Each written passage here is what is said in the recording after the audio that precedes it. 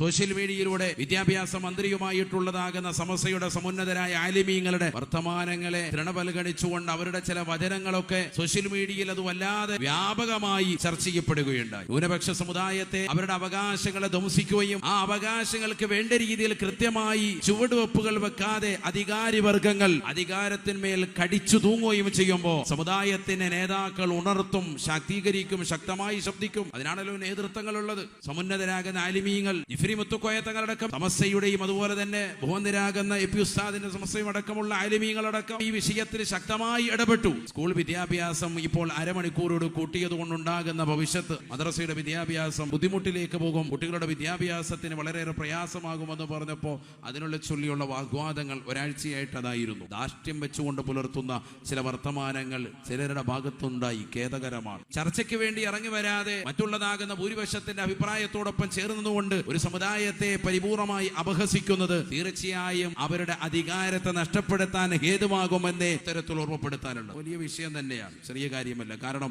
ഈ സമുദായത്തെ സംബന്ധിച്ചിടത്തോളം മക്കൾക്ക് വിദ്യാഭ്യാസം കൊടുക്കുക എന്ന് പറയുന്നത് ഏറ്റവും അനിവാര്യമായ കാര്യമാണ്. ജനങ്ങൾക്ക് അറിവ് കൊടുക്കണം. ആ അറിവ് ഭൗതികവും വേണം, ആത്മീയവും വേണം. രണ്ടും സമന്വയിപ്പിച്ചുകൊണ്ട് മനോഹരമാകുന്ന വിജ്ഞാനത്തിൻ്റെതാകുന്ന തലങ്ങൾ മക്കൾ പഠിക്കട്ടെ. മുതിർന്നവരെ ബഹുമാനിക്കണം, അവരെ ആദരിക്കണം, മാതാപിതാക്കളെ അനുസരിക്കണം, അവരെ അവഗണിക്കരുത്, അവരെ വൃദ്ധസദനത്തിലേക്ക് കൊണ്ടുപോയി തള്ളരുത്. കുടുംബ ബന്ധം ചേർക്കണം, അയൽപക്ക ബന്ധങ്ങളെ ശാക്തീകരിക്കണം. സമൂഹത്തോടും സമുദായത്തോടും കടപ്പാടുകളുണ്ട്. ഈ രാജ്യത്തോട് വലിയ കൂറും താല്പര്യവും ഓരോ മുസ്ലിമിനുമുണ്ട് എന്ന് പഠിപ്പിക്കുന്ന ആശയമുള്ളത് മദ്രസയിലാണ് ഈ ആദർശങ്ങളൊക്കെ പഠിപ്പിക്കുന്നത്. കുട്ടികൾക്ക് അദബും ചിട്ടയും പഠിപ്പിക്കുന്ന അത്തരത്തിലുള്ള കലാലയങ്ങളെ ഇകഴ്ത്തി കാട്ടാൻ ആര് പരിശ്രമിച്ചാലും മുസ്ലിമീങ്ങൾ അതിനെതിരെ ശക്തമായ രീതിയിൽ രംഗത്ത് വരും. ശക്തമായ രീതിയിൽ ജനാധിപത്യമാകുന്ന രാജ്യമാണ് നമ്മുടേത്. അതനുസരിച്ചുകൊണ്ട് ഉലമാക്കളുടെ നേതൃത്വത്തിൽ വളരെ ശക്തമായ നിലയിൽ അതിനെ പ്രതിഷേധിക്കുക തന്നെ.